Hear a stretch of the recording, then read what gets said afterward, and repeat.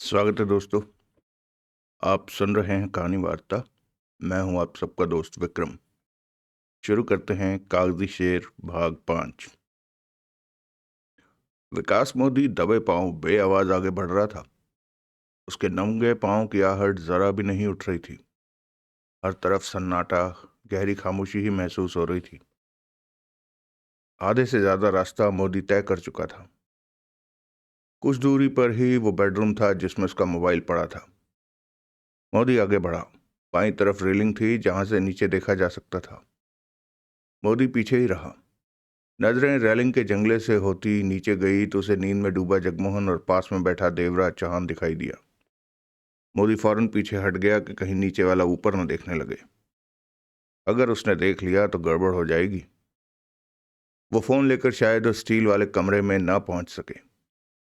आगे बढ़ते विकास मोदी की निगाह दीवार पर लगी वॉल क्लॉक पर पड़ी। सुबह के 4 बज रहे थे। मोदी जानता था कि वो खतरे में है। वक्त खराब ना करके वो मोबाइल फोन लेकर वापस उस कमरे में टोनी के पास पहुंच जाना चाहता था। चंद पल बाद ही वो अपने बेडरूम में जा पहुंचा। सामने ही मोबाइल फोन पड़ा दिखा तो उसे राहत मिली। वो तेजी से आगे बढ़ा कि एकाएक ही ठिठक गया। पीछे आहट हो रही थी। घबराकर विकास मोदी फौरन पलटा। पीछे दरवाजे पर जगदीश लाल खड़ा था। विकास मोदी के शरीर में भय भरी सिहरन दौड़ती चली गई। वो ठगा सा खड़ा रह गया। आंखों में आतंक की लहरें उठी। दांत भिज गए। जगदीश लाल को देखता रहा वो। जगदीश लाल मुस्कुराया।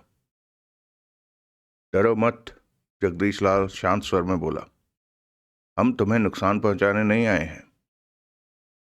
एकाएक विकास मोदी जगदीश लाल पर झपट पड़ा। दोनों टकराए और जगदीश लाल नीचे जा गिरा।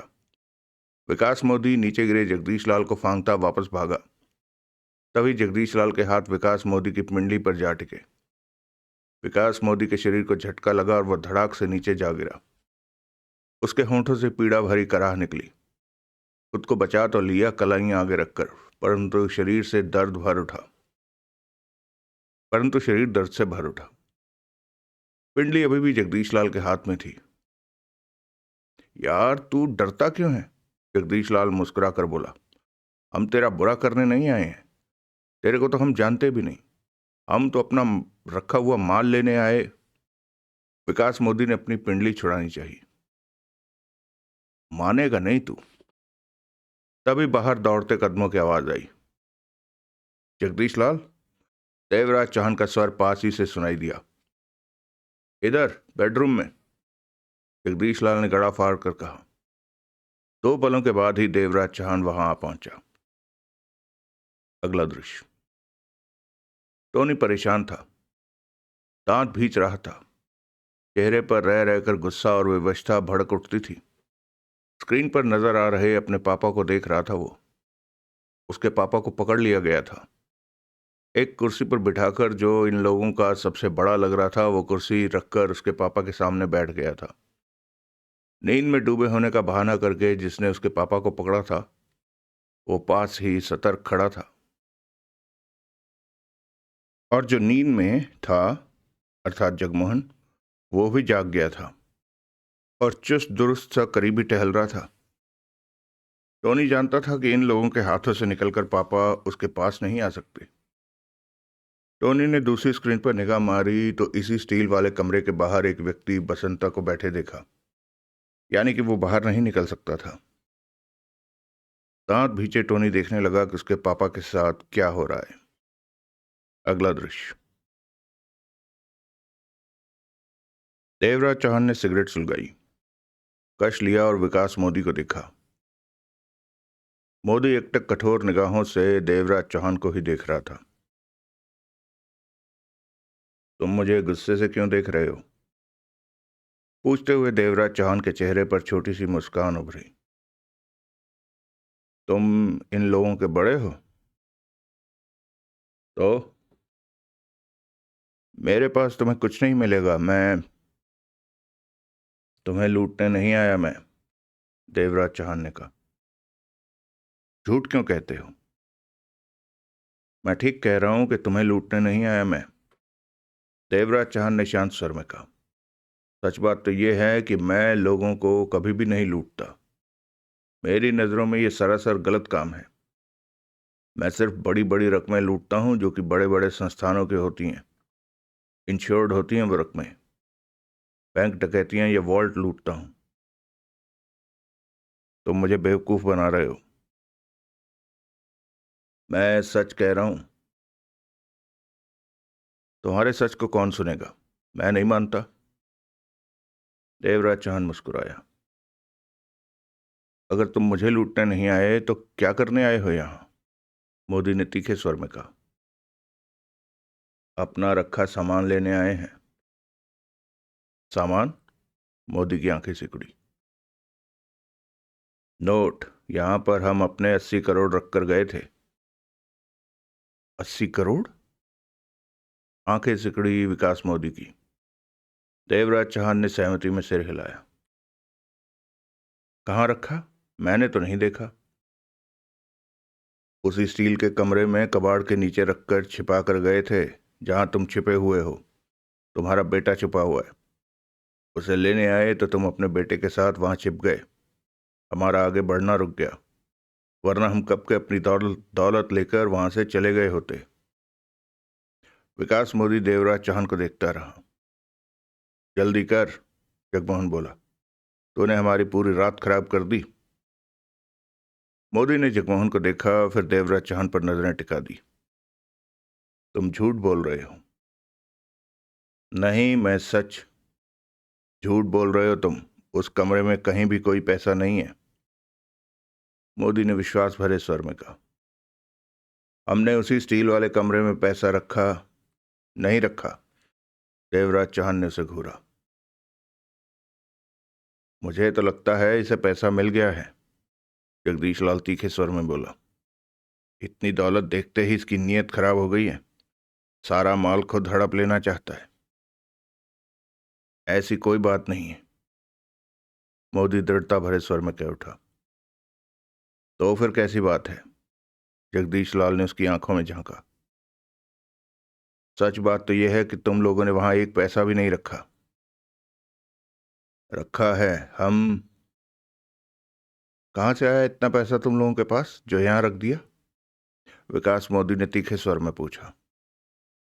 जगदीश लाल ने देवराज चौहान को देखा। जगमोहन ने भी देवराज चौहान को देखा। देवराज चौहान ने कश लिया, फिर शांत स्वर में कह उठा। 15 दिन पहले नोटों से भरी बैंक वैन पर कुछ लोगों ने हाथ डाला था। देवराज चौहान बोला। हाँ, पता है। उस वैन में करोड़ों रुपया, यानी कि 80 करोड़ की दौलत थी। 40 करोड़ कैश और करीब 40 के हीरे जवाहरात। मतलब कि तुम कहना चाहते हो कि तुम लोगों ने ही वो करोड़ों से भरी वैन लूटी थी और फिर वो सारी दौलत खाली पड़े इस बंगले के उस स्टील वाले कमरे में रख दी थी? हाँ, ठीक कहा। बकवास, मोदी ने मुंह बनाया। तुम लोग मुझे इतने दमखम वाले लगते नहीं। मुझे मालूम है कि असल बात कुछ और है। तुम लोगों का यहां आने का मकसद कोई दूसरा ही है। जगमोहन के चेहरे पर गुस्सा उभरा। ये सीधी तरह नहीं मानेगा। तुम हमें वो कमरा दिखा दो, जगमोहन बोला। कभी नहीं, मोदी दृढ़ता भरे स्वर में बोला। क्यों? वहां कुछ नहीं पड़ा है। तुम लोगों को कुछ नहीं मिलेगा। न मिलने की स्थिति में तुम लोग मेरे बेटे टोनी को नुकसान पहुंचा सकते हो। अपने बेटे की वजह से मैं स्टील वाले कमरे को बंद ही रखूंगा। बेवकूफ़ी वाली बात मत करो, उसमें हमारी दौलत पड़ी है। नहीं है। विकास मोदी के चेहरे पर गुस्सा आ गया। जगदीश और जगमोहन लाल की जगमोहन और जगदीश लाल की नजरें मिली। ये कमरा खोलने को तैयार नहीं है, जगमोहन ने शब्दों को चबाकर कहा। और कमरा खुलवाना हमारे लिए बहुत जरूरी है। इसे उल्टा लटकाकर इसे लाइन पे लाने की चेष्टा करें। देवराज चौहान ने कश लिया और सिगरेट नीचे फेंक कर जूते से मसलते हुए कहा। बात करो, शायद ऐसे ही मान जाए। तभी विकास मोदी कह उठा। तुम्हें रीना ने भेजा है? रीना? या फिर वीनू ने भेजा होगा मेरे बेटे टोनी को मारने के लिए। उन लोगों की नजरें आपस में मिलीं। ये रीना कौन है? देवराज चौहान ने पूछा। मेरी पत्नी, मोदी दांत भींचकर बोला। और वीनू? उसका यार। ऐसा कुछ नहीं है, किसी गलत फहमी में ना पड़ो। हम उन्हें नहीं जानते और यहां पर उसी काम के लिए आए हैं जो तुम्हें कहा है। बेहतर होगा कि तुम हमें वो कमरा खोलकर दिखा दो। नहीं, तुम लोग वहां नहीं जा सकते। टोनी के लिए खतरा बन सकते हो तुम लोग। उस कमरे में तुम लोगों के लिए कुछ भी नहीं है, फिर भी तुम लोग वहां जाने की जिद कर रहे हो। मुझे पक्का विश्वास है कि तुम लोगों को किसी ने मोटा पैसा देकर भेजा है कि टोनी को खत्म कर दो, तभी। ऐसा कुछ नहीं है।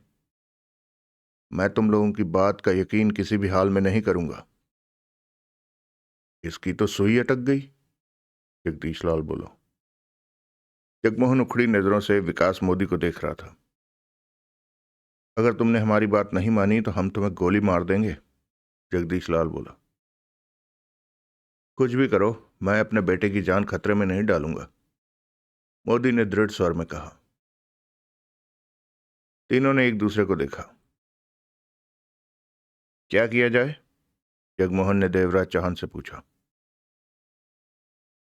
इसे सोचने का मौका दो कि ये अपना अच्छा बुरा सोच सके, देवराज चौहान ने कहा। विकास मोदी ने खा जाने वाली नजरों से देवराज चौहान को देखा। उसके चेहरे के भाव देखकर देवराज चौहान मुस्कुराया। मैं फिर कहता हूं कि मुझे इस तरह नाराजगी से मत देखो। तुम्हारी हमारी कोई दुश्मनी नहीं। उस स्टील वाले कमरे में मेरा सामान पड़ा है, मुझे सिर्फ वो सामान यहां से ले जाना है, देवराज चौहान बोला। झूठ बोलते हो तुम, वहां पर कुछ भी नहीं है, मोदी ने दृढ़ता भरे स्वर में कहा। वहीं पर है। मुझे पक्का विश्वास है कि मेरे किसी दुश्मन ने ही तुम लोगों को मोटी रकम देकर टोनी को मारने भेजा है। तभी तो तुम लोग वो दरवाजा खुलवाना चाहते हो, लेकिन वो दरवाजा नहीं खुलेगा। तुम लोग टोनी का कुछ नहीं बिगाड़ सकते। दिमाग खराब हो गया इसका, जगमोहन ने मुंह बनाकर कहा। विकास मोदी ने कुछ नहीं कहा। इसे सोचने के लिए वक्त दो, कहते हुए देवराज चांद कुर्सी से उठा और फर्श पर जा लेटा। तुम दोनों इस पर नजर रखो कि ये किसी तरह की शरारत या फिर यहां से भागने की चेष्टा न कर सके। मोदी कठोर निगाहों से देवराज चौहान को देखे जा रहा था। मुझे देखने से कुछ नहीं होगा। सबसे पहले तो मन में ये रखो कि जो हम कह रहे हैं वो सच है। और हमें कैसे वो कमरा दिखाओगे, ये सब करके ही तुम इन हालातों से निकल सकते हो, देवराज चौहान ने कहा। मेरे बेटे को यहां से जाने दो, मोदी बोला, फिर वो कमरा देख लेना। ये नहीं हो सकता। क्यों? वो पुलिस को यहां के बारे में बता सकता है और नहीं बताएगा। तुम पर विश्वास करने का खतरा मैं नहीं उठा सकता, देवराज चौहान ने शांत स्वर में कहा। विश्वास करो, टोनी यहां से निकलकर पुलिस के पास नहीं जाएगा। तुम मुझ पर विश्वास नहीं कर रहे हो तो मैं तुम पर कैसे विश्वास कर सकता हूं, देवराज चौहान ने कहा। सबसे पहले तो ये मानो कि वहां पर दौलत है। नहीं है। मुझे तो लगता है इसी ने 80 करोड़ वहां से हटाकर कहीं और रख दिया है, तभी ये। बकवास मत करो, मोदी ने दांत किटकिटाकर कहा। क्यों? तुम ये काम तो आसानी से कर सकते हो। मैं कमीना नहीं हूं, बहुत दौलत है मेरे पास। अगर मुझे यहां पड़ा ऐसा कोई पैसा मिलता तो मैंने तुरंत पुलिस को फोन कर देना था, विकास मोदी ने सख्त स्वर में कहा। हम तुम्हें सब कुछ बता चुके हैं, देवराज चौहान ने कहा। हमारी बात पर तुम विश्वास करो या ना करो, ये तुम्हारी इच्छा पर निर्भर है। हमें वो कमरा दिखा दो, उसके बाद हम चले जाएंगे। इस बात की क्या गारंटी है, मोदी ने पूर्णतः स्वर में कहा। गारंटी तो तुम्हारे विश्वास पर निर्भर है, तुम्हें हमारी बात पर भरोसा करना होगा। असंभव। मुझे पूरा विश्वास है कि तुम लोग मेरे बेटे को खत्म कर देना चाहते हो। कोई कुछ ना बोला।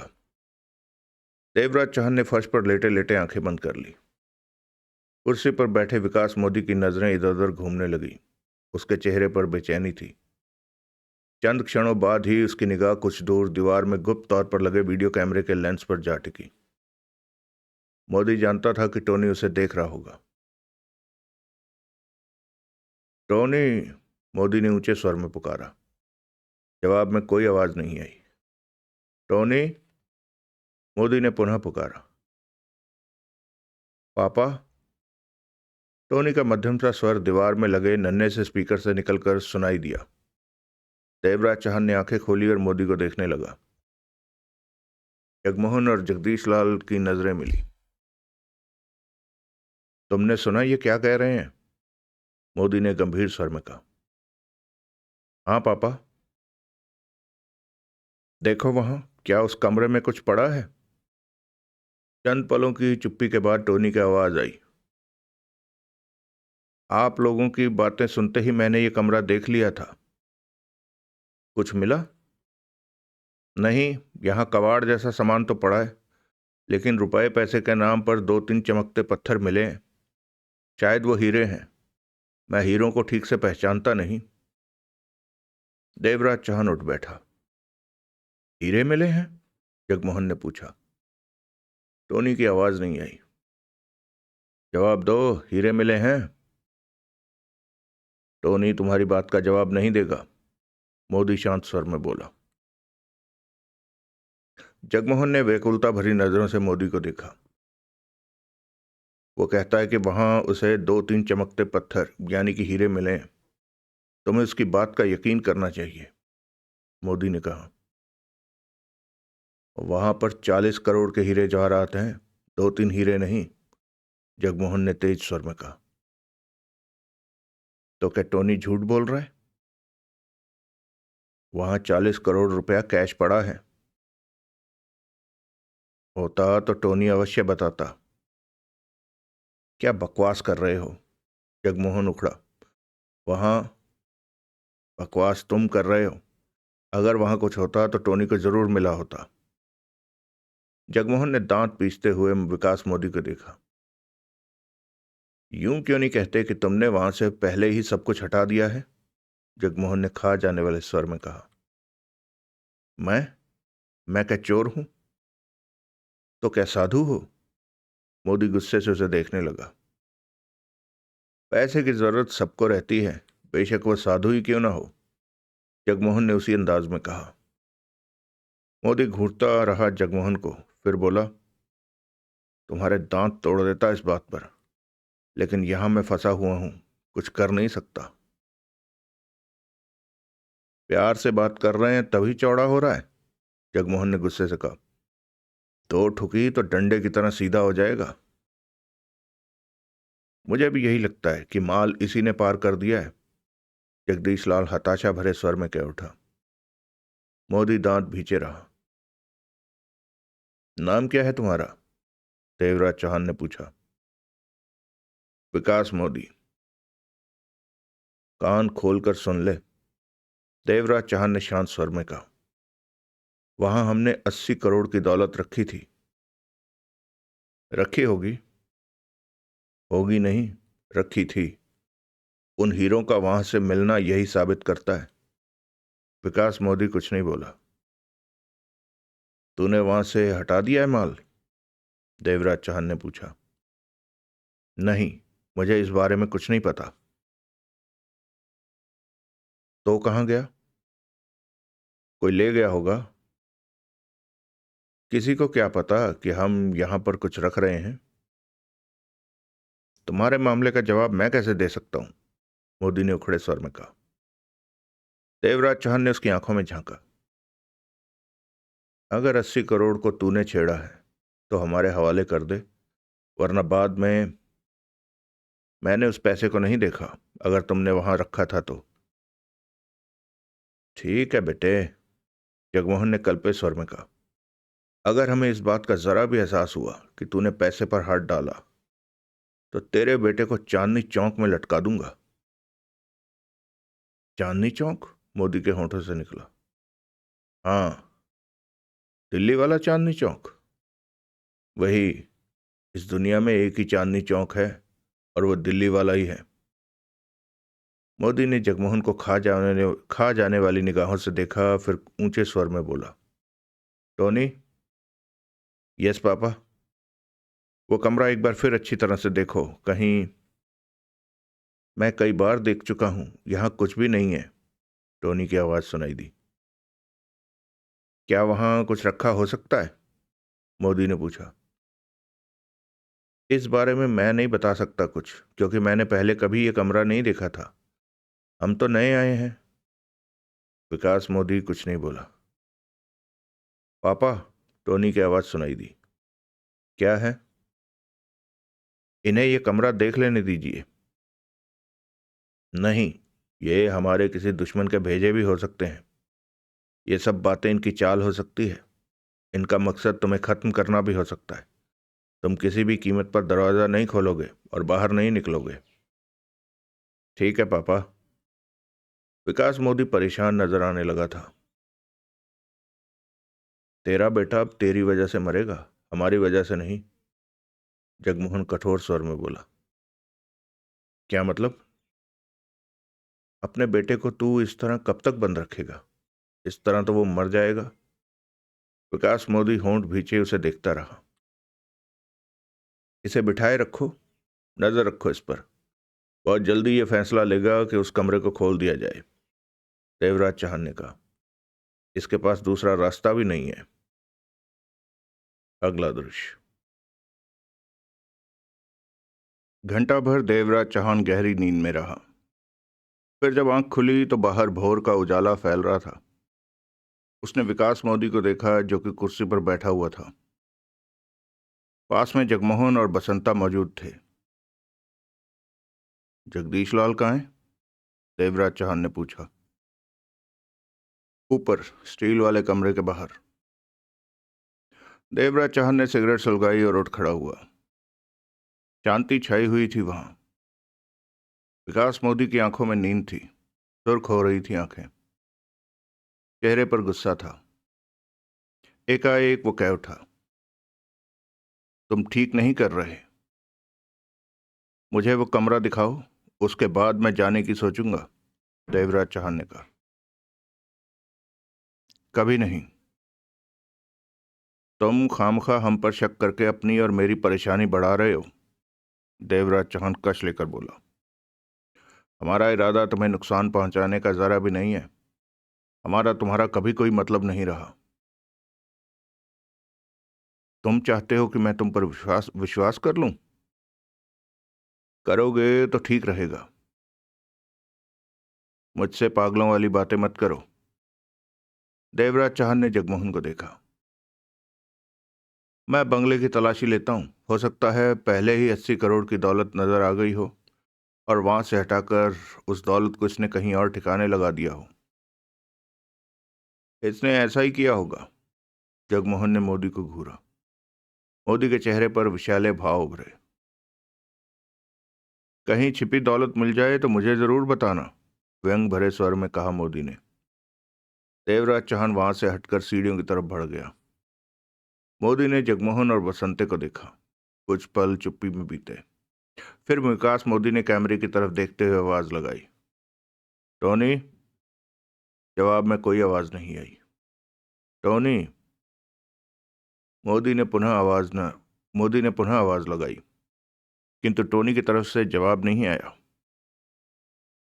हो सकता है टोनी को उस कमरे में ठीक से सांस ना आ रही हो। वो चुप रहो, मोदी गुर्राया। वहां सांस लेने में कोई परेशानी नहीं। फिर वो तुम्हारी आवाज का जवाब क्यों नहीं दे रहा? बच्चा है, रात भर का जगा है, नींद आ गई होगी, मोदी ने दांत किटकिटा कर कहा। जगमोहन के होंठों पर छोटी सी मुस्कान उभरी और लुप्त हो गई। अगला दृश्य। उस समय दिन के 8 बज रहे थे। देवराज चौहान तब तक बंगले की 2 मंजिलें अच्छी तरह चेक कर चुका था, नीचे की और ऊपर की। वहां उसे कहीं भी छिपाए रखा पैसा न मिला। अब वो ऊपर की आखिरी मंजिल पर पहुंचा। इसी मंजिल पर स्टील वाला कमरा था। उसी पल मोबाइल फोन की बेल बजने लगी। देवराज चौहान की आंखें सिकुड़ी। अगले ही पल उसे एहसास हुआ कि सामने वाले कमरे में फोन बज रहा है। वो उस कमरे में पहुंचा। बेड पर एक तरफ पड़ा मोबाइल फोन बज रहा था। उसकी स्क्रीन रोशन थी। देवराज चौहान ने आगे बढ़कर फोन उठाया। नंबर देखा। स्क्रीन पर आ रहा नंबर जोगिंदर नगर का नहीं था। 2 पल की सोच के बाद देवराज चौहान ने कॉलिंग स्विच दबाते हुए फोन कान से लगाया। विकास।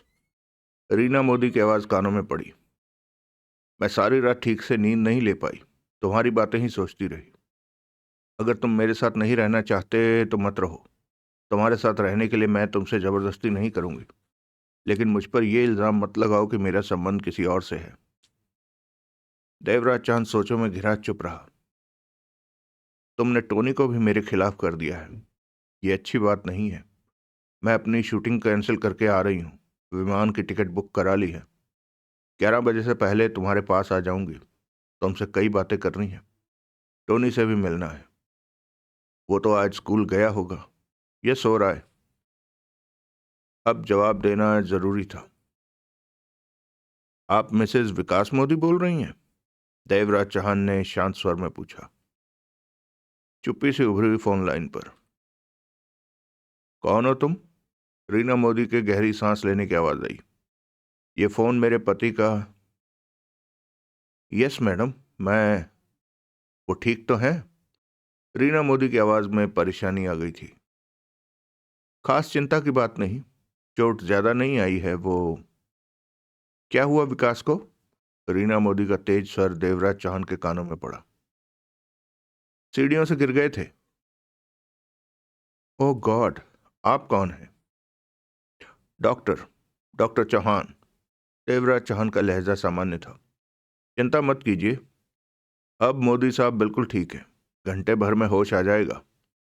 खतरा टल चुका है। प्लीज उन्हें कोई तकलीफ ना हो। Don't worry. यह बेहतर ही होगा। जिंदगी की कड़वाहट भूलकर आप आ जाइए। मुझे आशा है कि आपको सामने पाकर अच्छा ही लगेगा उन्हें।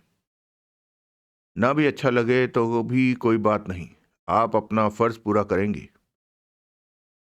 जरूर। मैं मैं 11 बजे तक पहुंच जाऊंगी। बेहतर होगा। देवराज चौहान ने कहा। आपके पति को आराम की जरूरत है, इसलिए उनके घायल होने का किसी को जिक्र न करें। कोई हाल पूछने आए या फोन पर हाल पूछे तो उन्हें खामखा की परेशानी होगी। मैं समझती हूँ। किसी से नहीं कहूंगी। टोनी तो घर पर ही होगा। व्याकुल स्वर सुनाई दिया रीना मोदी का। जी हाँ, आपका बेटा घर पर ही है। पास ही बैठा रहा रात भर, लेकिन उसे नींद आ रही थी। मैंने बहुत कहकर उसे सोने के लिए भेजा है। वो नींद में है। कहें तो मैं उसे उठाकर आपसे बात करा देता हूँ। उसे नींद लेने दीजिए। मैं खामखा उसे परेशान नहीं करना चाहती। उसे कह देना कि 11 बजे तक मैं पहुंच जाऊंगी। जी। आपके आने की खबर मैं उसे दे दूंगा। उधर से फोन कट गया। देवराज चौहान ने फोन बंद किया। चेहरे पर सोच के भाव थे।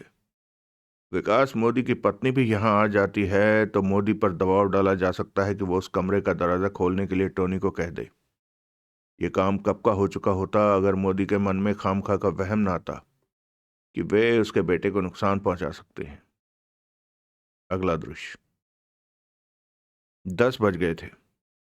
देवराज चौहान ने ऊपरी मंजिल भी अच्छी तरह देख ली थी। कहीं भी 80 करोड़ की दौलत छिपाकर नहीं रखी गई थी। यानी कि या तो वो दौलत उसी स्टील वाले कमरे में थी, अगर वहां नहीं थी तो कहीं भी नहीं थी। देवराज चौहान इस काम से फारिग होकर जगदीश लाल के पास पहुंचा, जो कि स्टील वाले कमरे के बाहर बैठा सतर्कता से पहरा दे रहा था। उसकी आंखों में भी नींद थी। सब ठीक है? देवराज चौहान ने पूछा। जगदीश लाल ने गर्दन हिला दी। वो लड़का पुलिस के पास जाने के लिए बाहर निकलने की कोशिश कर सकता है। ऐसा हुआ तो मैं उसे पकड़ लूंगा। वो कमरे में क्या करने गया था रात को? देवराज चौहान ने पूछा। शायद अपना मोबाइल फोन लेने। जगदीश लाल बोला। वो पुलिस को या बाहर से लोगों को खबर करना चाहता होगा। देवराज चौहान ने सिगरेट सुलगाई और बोला, 11 बजे तक मोदी की पत्नी रीना मोदी आ रही है। उसका फोन आया था मोदी के फोन पर। मैंने बात की कि उसका पति सीढ़ियों से गिरकर घायल हो गया है। उसके आने का हमें क्या फायदा? मोदी पर दबाव पड़ेगा। अपनी पत्नी से उसका संबंध मधुर नहीं है, फिर भी उसकी मौजूदगी से मोदी कुछ टूटेगा। हम उसकी पत्नी को समझाने की चेष्टा करेंगे कि हम उनके लिए खतरनाक नहीं हैं। विश्वास हुआ तो वो स्टील वाले कमरे से टोनी को बाहर निकलने को कह सकती है। लेकिन टोनी तो कहता है कि भीतर वो कमरा खाली है। उसे सिर्फ वहां से नीचे पड़े 2-3 हीरे मिले हैं। इस बारे में जितना तुम जानते हो उतना ही मैं जानता हूं, देवराज चौहान गंभीर स्वर में बोला। मेरे ख्याल में मोदी का बेटा सच बोलता है कि वहां कुछ नहीं है। जगदीश लाल चिहुक पड़ा। क्या कहते हो? तुम्हारा मतलब कि जो 80 करोड़ की दौलत हम रखकर गए थे वो यहां से गायब है? हाँ। ये कैसे कैसे हो सकता है? मेरे ख्याल में तो ये हो चुका है। देवराज चौहान के चेहरे पर अजीब सी मुस्कान उभरी। बकवास, ऐसा नहीं हो सकता। जगदीश लाल का चेहरा फक पड़ गया था। तुम ये अंदाजा इसलिए जाहिर कर रहे हो कि भीतर मौजूद उस लड़के ने कहा है कि वहां कुछ भी नहीं है। जो भी सच है वो आज के दिन में तुम्हारे सामने आ जाएगा, देवराज चौहान ने कहा और कश लेता हुआ वहां से पलटकर नीचे जाने के लिए सीढ़ियों की तरफ बढ़ गया। जब वो नीचे पहुंचा तो जगमोहन विकास मोदी से कह रहा था, अब तक सब मामला निपट गया होता। तू भी आराम से सोया होता और हम भी चैन से बैठे नोट गिन रहे होते। उस कमरे में हमने 15 दिन पहले 80 करोड़ का माल रखा था। हम वही लेने आए थे। विकास मोदी उसे घूरता रहा। मुझे तो लगता है कि तूने वहां पड़े माल को देख लिया है और वो दौलत हमें नहीं देना चाहता। तुम लोग मेरे बेटे को मारना चाहते हो, तभी उसे वहां से बाहर निकालने की कोशिश। अगर ऐसा होता तो हम सबसे पहले तेरी गर्दन पर रिवॉल्वर रखते और धमकी देकर तेरे बेटे को बाहर आने को कहते। लेकिन हमने ऐसा नहीं किया। हम तो कितनी शराफत से तुमसे बात कर रहे हैं। विकास मोदी ने होंठ भींचकर वहां पहुंचे देवराज चौहान को देखा। देवराज चौहान नीचे बैठा तो जगमोहन कह उठा, कुछ नहीं मिला? नहीं। इसका मतलब कि सारी दौलत स्टील वाले कमरे में ही है। जगमोहन ने मोदी को देखा। और इसका बेटा इसलिए ये कह रहा है कि वहां कुछ नहीं है कि ये सुनकर हम चले जाएं, लेकिन हम नहीं जाएंगे। इसकी गर्दन तोड़ूं? पास बैठा बसंता नाराजगी भरे स्वर में कह उठा। ये नहीं माना तो गर्दन तोड़नी ही पड़ेगी, जगमोहन ने कड़वे स्वर में कहा। तभी देवराज चौहान बोला, रीना मोदी तुम्हारी पत्नी है? विकास मोदी ने चौंक कर उसे देखा। तुम्हें कैसे पता? जब मैं ऊपर था तो तुम्हारे मोबाइल पर उसका फोन आया था, देवराज चौहान ने शांत स्वर में कहा। अब 10:15 हो चुके हैं। उसने कहा था कि वो 11 बजे तक यहां पहुंच जाएगी। मोदी के होंठ भिज गए। पापा? तभी टोनी की मध्यम सी आवाज दीवार में फिट स्पीकर से निकलकर सुनाई दी। टोनी? मोदी के होंठों से निकला। मुझे नींद आ गई थी पापा। तुम्हारी माँ आ रही है, विकास मोदी तेज स्वर में बोला। सुना मैंने, मम्मा को यहां नहीं आना चाहिए। टोनी की अफसोस भरी आवाज उसके कानों में पड़ी। तब 11 बजने में 10 मिनट बाकी थे जब कॉल बेल बज उठी। अगला दृश्य। दरवाजा खोलने से पहले देवराज चौहान ने भीतर से झांक कर देख लिया था कि वो अकेली है और बाहर भी कोई वहां पर नजर नहीं रख रहा। तब दरवाजा खोला देवराज चौहान ने। वो बहुत खूबसूरत थी। 40 की उम्र थी, परंतु जैसे 25 से ऊपर की नहीं लग रही थी। उसके सुनहरे बाल कंधे के नीचे तक लहरा रहे थे। परफ्यूम की खुशबू वहां फैल गई थी। उसने सितारों वाली काली साड़ी पहन रखी थी। गोरा रंग होने की वजह से इस साड़ी में वो आसमान से उतरी अप्सरा लग रही थी। हाथ में उसने मीडियम साइज का प्यारा सा हैंडबैग थाम रखा था। उसकी निगाह देवराज चौहान से मिली। यस, देवराज चौहान ने उसे देखा। मैं रीना मोदी, डॉक्टर चौहान से मेरी बात। आइए। देवराज चौहान 2 कदम पीछे हटा। रीना मोदी ने भीतर प्रवेश करते हुए कहा, आप ही डॉक्टर चौहान हैं? देवराज चौहान हूं मैं। देवराज चौहान दरवाजा बंद करते हुए बोला। आपने दरवाजा क्यों खोला? नौकर क्या मर गए हैं जो? यहां कोई नौकर नहीं है। मोदी साहब ने यहां अभी किसी नौकर को नहीं रखा। अब कैसी तबीयत है उनकी? बिल्कुल ठीक है। देवराज चौहान ने पलटकर आगे बढ़ते बोला, आपको देखकर तो वो पूरे ठीक हो जाएंगे। आप मुझे डॉक्टर जैसे नहीं लगते। आपने ठीक पहचाना। क्या मतलब? रीना मोदी की आंखें सिकुड़ी। मैं देवराज चौहान हूं, डॉक्टर नहीं। मुझे आपसे कहना पड़ा कि मैं डॉक्टर हूं और आपके पति को चोटें आई हैं। ये बात तो जरा भी नहीं। सच ये है कि आपके पति अपनी जिद की वजह से हमें परेशानी में डाल रहे हैं और खुद भी परेशान हो रहे हैं। आपको यहां बुलाने के लिए मुझे आपसे थोड़ा सा झूठ बोलना पड़ा। रीना मोदी ने ठिठक कर देवराज चौहान को देखा। आंखें सिकुड़ गई थी उसकी। चिंता की कोई बात नहीं। मुझे विश्वास है कि आप अपने पति को समझाकर सब कुछ ठीक कर देंगी। क्या ठीक कर दूंगी? आगे बढ़िए, अपने पति से मिल लीजिए, उसके बाद बात करते हैं। एक बात मैं आपको बता दूं कि हमसे किसी तरह घबराने की जरूरत नहीं। हम किसी को नुकसान पहुंचाने यहां नहीं आए। रीना मोदी समझ चुकी थी कि गड़बड़ है यहां। टोनी, मेरा बेटा टोनी कैसा है? उसके होठों से निकला। बिल्कुल ठीक है।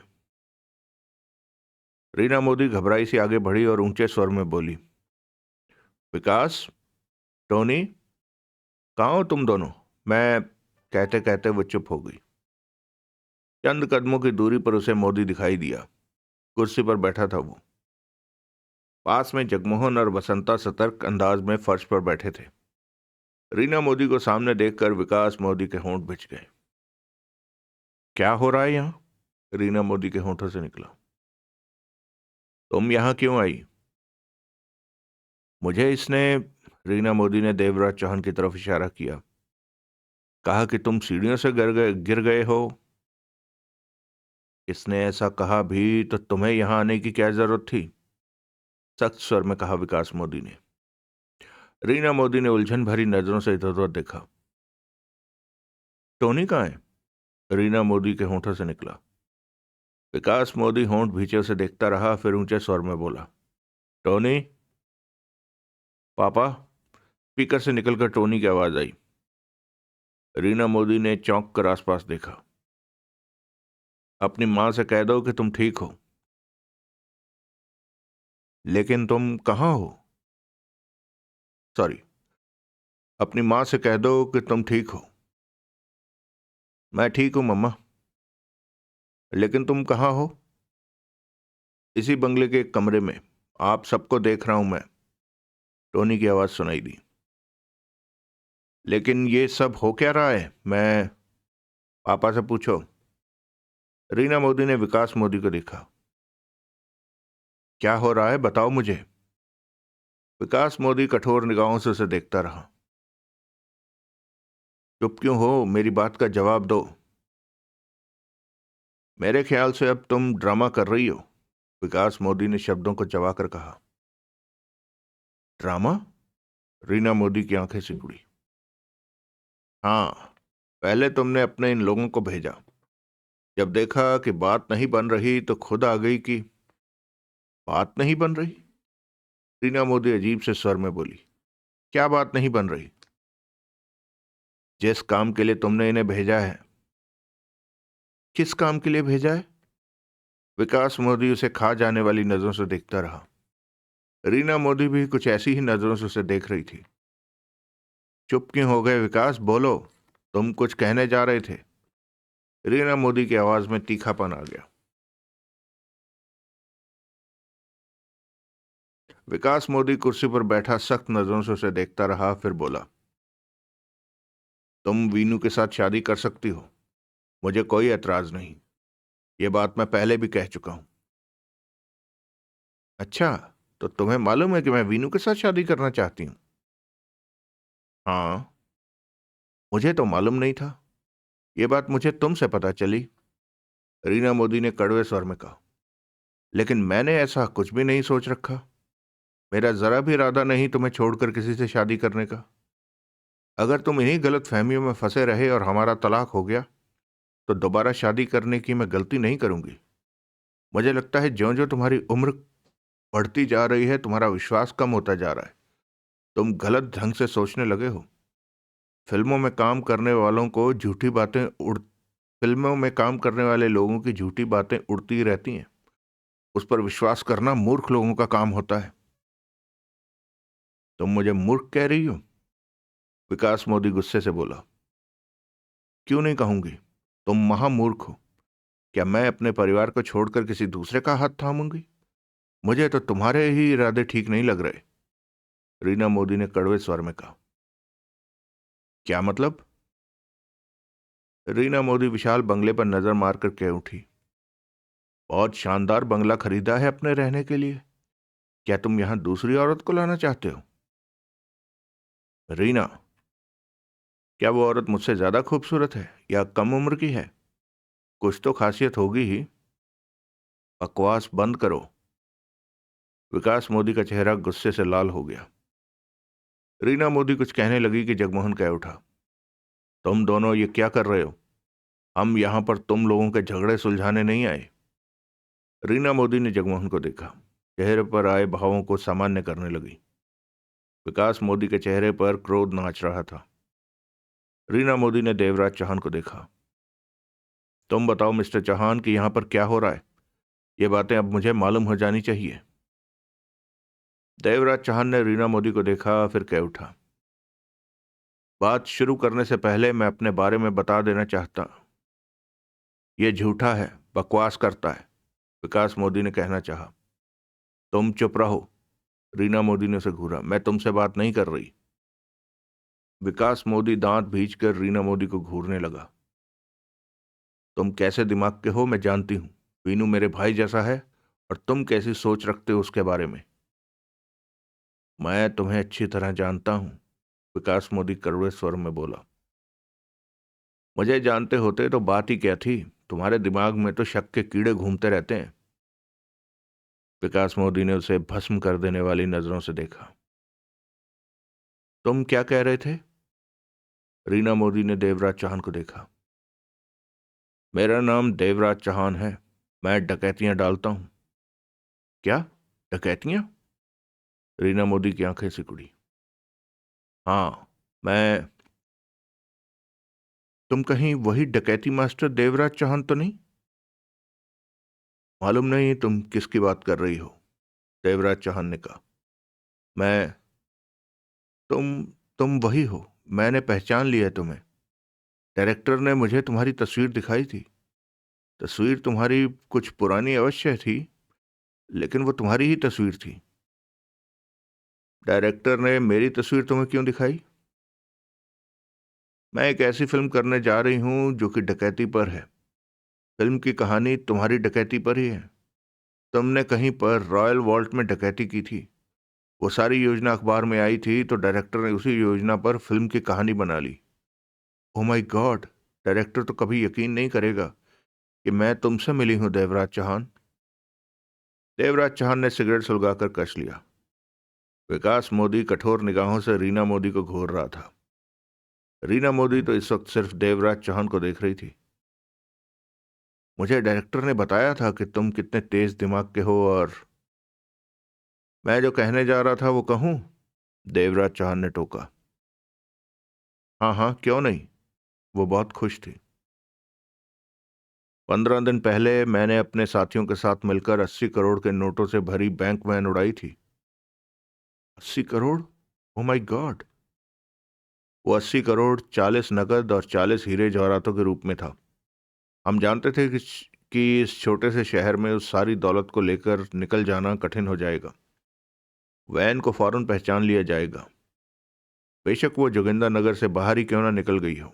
ऐसे में हमने खाली पड़े इस बंगले के स्टील के कमरे में कबाड़ के नीचे वो 80 करोड़ की दौलत छिपा दी कि उसे कुछ दिनों के बाद उसे यहाँ से उठाकर ले जाएंगे। समझी? अब आकर देखा तो ये बंगला तुम्हारे पति ने खरीद लिया है। फिर तुम्हारे पति ने हमें देखा तो डर कर ये उसी कमरे में जा छिपे। उसी कमरे में क्यों? वो स्टील का कमरा बहुत मजबूत है, कोई उसके भीतर प्रवेश नहीं कर सकता। समझी? लेकिन समस्या क्या है? तुम्हारा पति अपना फोन लेने उस कमरे से निकला और पकड़ा गया, परंतु तुम्हारा बेटा उसी कमरे में है और दरवाजा भीतर से बंद कर रखा है, जबकि हम वो दौलत लेना चाहते हैं। ले लो, टोनी से कहो कि वह दरवाजा खोल दे। टोनी, रीना मोदी ने ऊंचे स्वर में कहा, तुम उस कमरे से बाहर। पागल औरत, विकास मोदी गुर्रा उठा। ये झूठ कह रहे हैं, वहां कोई पैसा नहीं है। ये झूठ क्यों कह रहे हैं? रीना मोदी ने अपने पति को घूरा। इसलिए कि ये टोनी को मार देना चाहते हैं, वो जब तक भीतर है सुरक्षित है। रीना मोदी ने देवराज चौहान को देखा। देवराज चौहान ने कश लिया। विकास ठीक कह रहा है क्या? रीना मोदी ने शांत स्वर में पूछा। जो बात थी मैंने तुम्हें बता दी। यानी कि तुम टोनी को कोई नुकसान नहीं पहुंचाना चाहते? मैं किसी बच्चे की जान नहीं लेता। तुम्हारे बेटे से मेरी कोई दुश्मनी नहीं। ये झूठ बोलता। खामोश रहो तुम, रीना मोदी ने तीखे स्वर में कहा। डायरेक्टर ने मुझे डकैती मास्टर देवराज चौहान के बारे में कई बातें बताई हैं, क्योंकि हीरो को इस जैसा ही लिया जा रहा है। डायरेक्टर का कहना है कि देवराज चौहान किसी से तभी धोखेबाजी करता है जब कोई उससे करे। इसका पूरा विश्वास किया जा सकता है। वो डायरेक्टर पागल, चुप रहो। इंडस्ट्री में उसकी बहुत इज्जत है, वो बहुत समझदार है।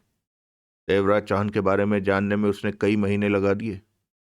उसकी कही कोई बात गलत नहीं हो सकती। रीना मोदी अपने शब्दों पर जोर देती कहती जा रही थी, मेरे ख्याल में यहां पर कोई मुद्दा है ही नहीं, मुद्दा बनाया जा रहा है। अगर तुम उस कमरे में देवराज चौहान को जाने देते तो अब तक सब सामान्य होता। आज तो तू बहुत समझदार बन रही है। मैं समझदार हूं, तुमने मेरी और मेरी समझदारी की कदर नहीं की, तभी तो आज मुझ पर शक करके तलाक ले रहे। बकवास बंद करो। मैं तुम्हारे मुंह नहीं लगना चाहती, रीना मोदी ने उसे खा जाने वाले स्वर में कहा। फिर ऊंचे स्वर में कह उठी, टोनी, तुम बाहर आ जाओ उस कमरे से। नहीं टोनी, विकास मोदी ऊंचे स्वर में बोला, तुम बाहर मत आना, ये तुम्हें मार देंगे। टोनी, क्या तुम्हें मुझ पर विश्वास नहीं? मम्मा, इस कमरे में कुछ भी नहीं है, स्पीकर से निकलती टोनी की आवाज सुनाई दी। ये कैसे हो सकता है? सच में कुछ नहीं है। देवराज चौहान झूठ क्यों बोलेगा? कहते हुए रीना मोदी ने देवराज चौहान को देखा। देवराज चौहान खामोश रहा। मम्मा, तो क्या मैं झूठ बोल रहा हूं? सुना तुमने? उसने देवराज चौहान से कहा। टोनी क्या कह रहा है? टोनी गलत नहीं कह रहा, देवराज चौहान बोला, लेकिन मैं वो कमरा देखना चाहता हूं। टोनी गलत नहीं कह रहा, तो उस कमरे में रखी 80 करोड़ की दौलत कौन ले गया? कोई ऐसा इंसान ले गया होगा जिसे पता होगा कि हम यहां पर दौलत रख रहे हैं, या फिर यूं ही कोई चोर इधर आया और उसके हाथ दौलत लग गई, देवराज चौहान ने कहा। हाँ, ऐसा भी हो सकता है, रीना मोदी ने सिर हिलाया। पागल, विकास मोदी बड़बड़ा उठा।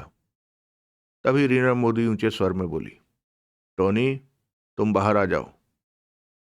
टोनी की आवाज नहीं आई। मेरा विश्वास करो, तुम्हें कुछ नहीं होगा, मैं तुम्हारी मां हूं। अगर जरा भी खतरा होता तो कभी भी तुम्हें बाहर आने को नहीं कहती। तुमसे ज्यादा मैं किसी को भी नहीं चाहती। नहीं टोनी, विकास मोदी ने ऊंचे स्वर में कहा, बाहर मत निकलना, खतरा है। अपने पापा की बात मत मानना। ये भी तुम्हें मेरे जितना ही चाहते हैं, लेकिन इस वक्त तुम्हारे पापा का फैसला आने वाले वक्त में हमें मुसीबत में डाल सकता है। तुम दरवाज़ा बंद रखोगे तो उससे देवराज चौहान यहाँ से चला नहीं जाएगा, वो यहीं रहेगा। इतनी बड़ी दौलत को कोई नहीं भूलता। देवराज चौहान तुम्हें कोई नुकसान नहीं पहुंचाएगा। अपनी माँ की बात का विश्वास करो। ये सिर्फ वो कमरा देखना चाहता है। अगर तुम दरवाज़ा नहीं खोलोगे तो कब तक भीतर बंद रहोगे? इस तरह तुम ज़्यादा देर खुद को नहीं बचा सकते। तुम्हें खाने पीने का सामान भी चाहिए। ऐसे में देवराज चौहान हम दोनों को भी पकड़े रहेगा। टोनी की आवाज़ नहीं आई। 2 दिन पहले ही मेरे डायरेक्टर ने मुझे देवराज चौहान के बारे में बहुत कुछ बताया है। उससे मैं देवराज चौहान की आदतों और विचारों के बारे में जान सकी हूँ। देवराज चौहान की डकैती की प्लानिंग पर ही वो डायरेक्टर डकैती पर फिल्म बनाने जा रहा है। ये अच्छा इंसान है। तुम बाहर आ जाओ। टोनी का जवाबी स्वर नहीं आया। देवराज चौहान ने कश लेकर सिगरेट फर्श पर फेंकी और जूते से मसल दी। जगमोहन कह उठा, मेरे ख्याल में हमें कोई दूसरा रास्ता निकालना पड़ेगा। ये लोग नहीं मानने वाले। तुम लोगों की बात कभी भी नहीं मानी जाएगी, विकास मोदी कह उठा। रीना मोदी ने कठोर निगाहों से विकास मोदी को देखा। अपना मुंह बंद रखो। नहीं रखता, मोदी जिद भरे स्वर में बोला। तो कुएं में छलांग मार दो, रीना मोदी ने खा जाने वाले स्वर में कहा। तभी टोनी की आवाज आई, मम्मा, मैं बाहर आने को तैयार हूं। गुड। मैं नहीं टोनी, विकास मोदी चीखा, बाहर मत निकलना।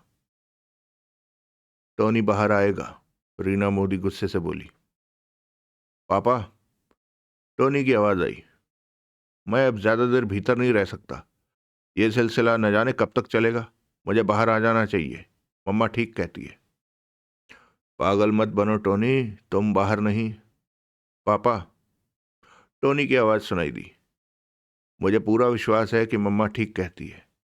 हमें रात को ही इन लोगों से सीधी बात करनी चाहिए थी। बात वहीं वहीं खत्म हो जानी थी, लेकिन हमने खुद को यहां बंद करके मुसीबत में डाल लिया। मुसीबतें तो तब शुरू होंगी जब तुम उस कमरे से बाहर आओगे टोनी। तुम अपने पापा की बात सुनना भी नहीं, रीना मोदी तीव्र स्वर में कह उठी। मम्मा, आप इस कमरे के बाहर आ जाइए। कहाँ है वो कमरा? रीना मोदी ने देवराज चौहान को देखा। चलो, मैं तुम्हें वहां ले चलता हूं, देवराज चौहान ने कहा। विकास मोदी उठते हुए तेज स्वर में बोला, मैं भी साथ चलूंगा। खबरदार जो किसी ने टोनी को नुकसान पहुंचाने की चेष्टा की। इस औरत ने मुझे पहले से ही बर्बाद कर रखा है, अब और बर्बाद करेगी। टोनी की दुश्मन बनी बैठी है। दुश्मन हो गए तुम। मैं उसकी माँ हूं और जो कर रही हूं ठीक कर रही हूं, रीना मोदी गुर्राई। विकास मोदी दांत भींच कर रह गया। अगला दृश्य। सब ठीक रहा। टोनी स्टील वाले कमरे से बाहर आ गया। उसे रीना और विकास मोदी ने अपनी आड़ में ले लिया। बीतते वक्त के साथ विकास मोदी निश्चिंत हो रहा था कि टोनी को देवराज चौहान से खतरा नहीं है।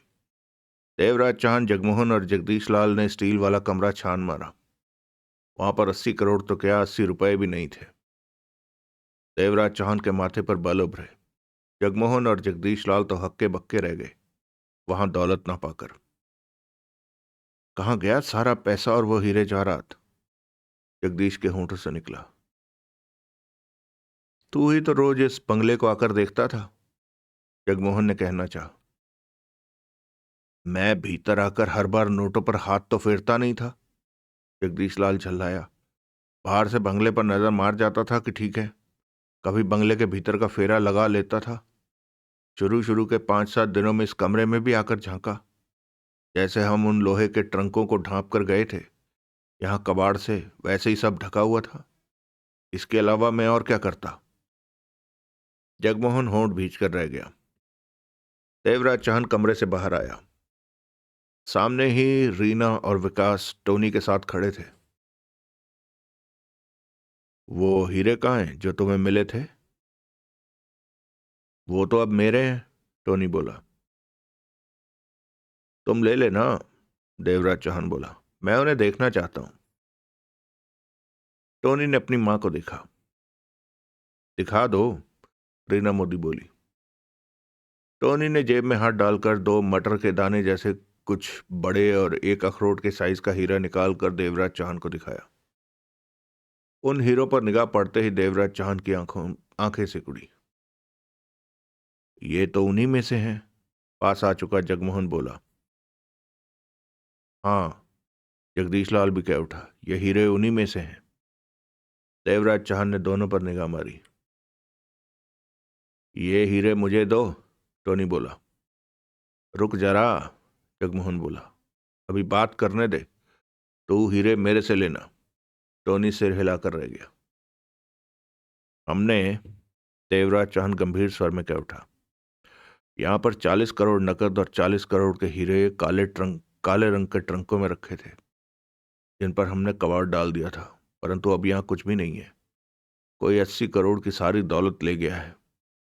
ये हीरे इसलिए बाहर पड़े मिले कि ले जाने वाले ने ट्रंकों को खोलकर देखा होगा, हीरों को उठाकर देखा होगा, और इस दौरान ये बाहर गिर गए। वो एक दूसरे को देखने लगे। बसंता उनकी बातों को समझने की चेष्टा कर रहा था। रीना, विकास मोदी और टोनी भी तीनों को देख रहे थे। खामोशी सी आ ठहरी थी वहां। देवराज चौहान ने विकास मोदी को देखकर कहा, अगर हमें बाद में पता चला कि तुमने यहां से दौलत उठाकर कहीं छिपा दी है तो जो चाहो वो सजा दे देना, विकास मोदी कह उठा। देवराज चौहान ने कठोर नजरों से मोदी को देखा। यह जैसा भी है बढ़िया है, इसमें यही खूबी है कि यह दौलत के पीछे नहीं भागता, रीना मोदी ने कहा। मेरे पास बहुत पैसा है, विकास मोदी ने शांत स्वर में कहा। मैंने तुम लोगों के पैसे को नहीं छेड़ा। मैंने इस बंगले में रुपया हीरे कहीं भी नहीं देखे, मेरा विश्वास करो। विश्वास तो हमने अपने बाप का भी नहीं किया, जगमोहन कह उठा। तेरी बात सुन ली, अपने भीतर रख ली है। इसी तरह तू भी सुनकर भीतर रख ले कि अगर तूने गड़बड़ की है तो बहुत जल्दी हमें पता चल जाएगा, तब हम तेरे को जिंदा नहीं छोड़ेंगे। मोदी ने गहरी सांस लेकर मुंह फेर लिया। विकास ने तुम लोगों का पैसा नहीं लिया, रीना मोदी ने गंभीर स्वर में कहा। देवराज चौहान पलटकर स्टील वाले कमरे में प्रवेश कर गया। जगदीश लाल भी देवराज चौहान के पीछे चला गया। जगमोहन ने जेब में तीनों हीरे डालते हुए पलटने लगा कि टोनी ने कहा, अब तो मेरे हीरे दे दो। जगमोहन ने उसे देखा, फिर गर्दन हिलाकर कहा, तेरे को मेरे पे विश्वास नहीं है क्या? है, लेकिन मेरे हीरे दे दूंगा। मैं यही हूं, जा नहीं रहा। अभी हमें काम करने दे। कहने के साथ ही जगमोहन पलटा और स्टील वाले कमरे में प्रवेश कर गया। टोनी ने होंठ सिकोड़कर बसंते को देखा, फिर मोदी से कह उठा, पापा, मुझे इस आदमी की नीयत ठीक नहीं लगती। ये मुझे हीरे नहीं देगा। चुप रह, देगा तो ले लेना, मांगना मत। हीरे हमारे नहीं है। लेकिन वो मुझे अच्छे लगे, टोनी झल्ला कर कह उठा। अगला दृश्य। यहां का सामान एक एक करके हटाओ, कबाड़ को एक तरफ देख कर रखो, देवराज चौहान ने गंभीर स्वर में कहा। जो लोग यहां से दौलत ले गए हैं, शायद उनके बारे में कुछ पता चले। वो कबाड़ की छटाई करते रहे। आखिर ले कौन गया इतनी बड़ी दौलत को? कोई हम पर नजर रख रहा होगा, देवराज चौहान ने कहा। हम यहां दौलत रखकर गए और वो उठा कर ले गया। पहले 10 दिनों में जब मैं बंगला देखने आता था तो यहां भी आकर देखता था, सब ठीक था। उन पेटियों को भी देखता था? नहीं, पेटियों पर जिस तरीके से कबाड़ को टिका कर रखा था, सब कुछ वैसा ही पड़ा होता था। ऐसे में कबाड़ हटाकर उन पेटियों को देखने की क्या जरूरत थी? दौलत ले जाने वाला भी तो कबाड़ को वैसे ही सेट करके जा सकता है। जगमोहन को देखते ही सिर हिला दिया जगदीश लाल ने। दोनों ही कबाड़ को चेक करने लगे और परेशान थे। इतनी बड़ी दौलत उन्हें हाथ से निकलती नजर आ रही थी। बहुत बड़ा हरामी होगा जो हमारे रखे माल पर झाड़ू फेर गया।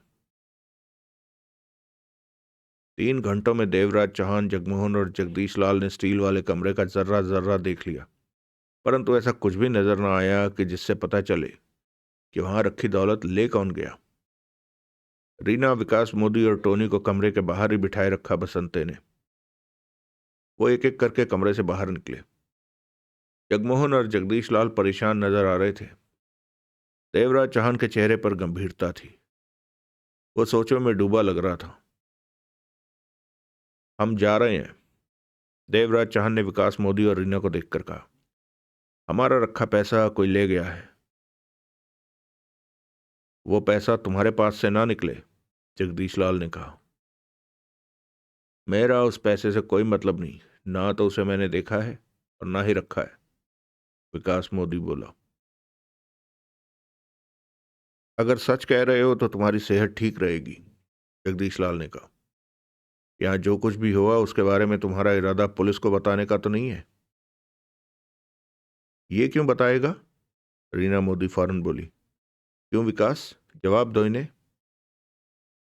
मैं या टोनी इस बारे में किसी से कुछ नहीं कहेंगे, मोदी ने कहा। देवराज चौहान सीढ़ियों की तरफ बढ़ गया, नीचे जाने के लिए। चल बसंते, जगदीश लाल भी सीढ़ियों की तरफ बढ़ गया। बसंता भी चल पड़ा। जगमोहन भी बढ़ा तो टोनी फौरन बोला, तुम कहां जा रहे हो? जगमोहन ने ठिठक कर उसे देखा, फिर मुस्कुराकर बोला, अभी बहुत काम है, मैं तुमसे जल्दी मिलूंगा। मुझे नहीं मिलना तुमसे, तुम मेरे हीरे देते जाओ। जगमोहन रीना और विकास मोदी को देखकर कह उठा, बहुत शैतान बच्चा है, कोई भी बात भूलता नहीं है। मेरे हीरे दो। टोनी 2 कदम आगे बढ़कर ठिठका। जगमोहन ने टोनी की बांह पकड़ी और उसे एक तरफ ले जाकर धीरे से बोला, तेरे को पता है ना कि हमारा बहुत बड़ा नुकसान हो गया। तो मैं क्या करूं? कम से कम हीरे मत मांग। ये घर मेरा है, उस कमरे से मिलने वाले हीरे भी मेरे हैं। तेरा मेरा कुछ नहीं है, ये तो आपसी तय करने वाली बात है। मैंने पहले ही कह दिया था कि हीरे मेरे हैं। वो कहाँ है देवराज चौहान? मैं उससे बात करने का कोई फायदा नहीं है। मेरे से बात करके तो फायदा मिल भी सकता है। क्या फायदा? जगमोहन ने जेब में हाथ डालते हुए कहा, तेरे को मेरे जैसा शरीफ बंदा कहीं नहीं मिलेगा। मैं मिल बांट कर खाने में यकीन। तुम बहुत बातें कर रहे हो। मेरा हीरा। जगमोहन ने जेब से हाथ निकाला तो उसमें एक छोटे वाला हीरा दबा हुआ था। ये हीरा अपने घर में छिपा कर रखना, किसी को दिखाना मत, पुलिस पकड़ लेगी। टोनी ने जगमोहन के हाथ से हीरा ले लिया। ये तो एक ही है। तो 2 हीरे और दो, एक छोटा और दूसरा बड़ा। सारे तेरे को दे दूं? हाँ, वो मेरे ही तो हैं। रीना और विकास मोदी खामोशी से उन्हें देख सुन रहे थे। देख, अड़ मत, कुछ भी तेरा नहीं है, कुछ भी मेरा नहीं है। जो मिल गया वही बहुत है। पाकर रखना इस हीरे को। किसी ने देख लिया तो वो पुलिस को खबर करेगा और पुलिस तुम्हें पकड़ लेगी कि ये हीरा तो 80 करोड़ की दौलत का हिस्सा है। कहने के साथ ही जगमोहन सीढ़ियों की तरफ बढ़ता चला गया। मेरे हीरे देते जाओ। बस टोनी, जो मिल गया वही बहुत है। कोई दूसरा होता तो ये भी ना देता, रीना मोदी ने कहा। पापा के साथ रहकर तुम्हारी आदतें भी खराब हो गई हैं। विकास मोदी ने खा जाने वाली निगाहों से रीना मोदी को देखा। देख तो ऐसे रहे हो जैसे मुझे खा जाओगे, रीना मोदी ने कुड़कर कहा। मोदी उसे घूरता रहा। ए, एकाएक रीना मोदी मोहक अंदाज में मुस्कुराई। अभी भी नाराज हो मुझसे? टोनी ने दोनों को देखा और चुपचाप वहां से चला गया। रीना मोदी ने करीब आकर विकास मोदी की बांह पकड़ ली। तुमने सच में मुझे छोड़ने का फैसला कर लिया है? रीना मोदी ने उसी मोहक अंदाज में पूछा। हाँ, मोदी ने उखड़े स्वर में कहा। हमारी बिगड़ी बात बन नहीं सकती? तभी बन सकती है जब तुम फिल्मों में काम करना छोड़ दो। छोड़ देती हूँ, लेकिन एक फिल्म के बाद। एक फिल्म, वो फिल्म जो देवराज चाहन की डकैती पर बन रही है। उसके बाद नहीं? पक्का नहीं? प्रॉमिस? रीना मोदी खिलखिलाई। विकास मोदी ने मुस्कुराकर उसे अपनी बाहों में समेट लिया। चलिए दोस्तों, इस भाग को यहीं रोकते हैं और बाकी की कहानी भाग 6 में। अगर वहाँ रिकॉर्डिंग हो रही थी तो वीडियो कैमरे थे, यानी कि वहाँ पर कोई सिस्टम होता जहाँ से रिकॉर्डिंग देखी जा सकती थी पुराने दिनों की। उनके दिमाग में नहीं आया होगा। उस वक्त लोग टेक्नोलॉजी से ज़रा वाकिफ भी कम ही थे। खैर, चलिए मिलते हैं अगले भाग में। तब तक आप सब सुखी रहें, स्वस्थ रहें, खुश रहें। जय हिंद, वंदे मातरम, जय श्री राम।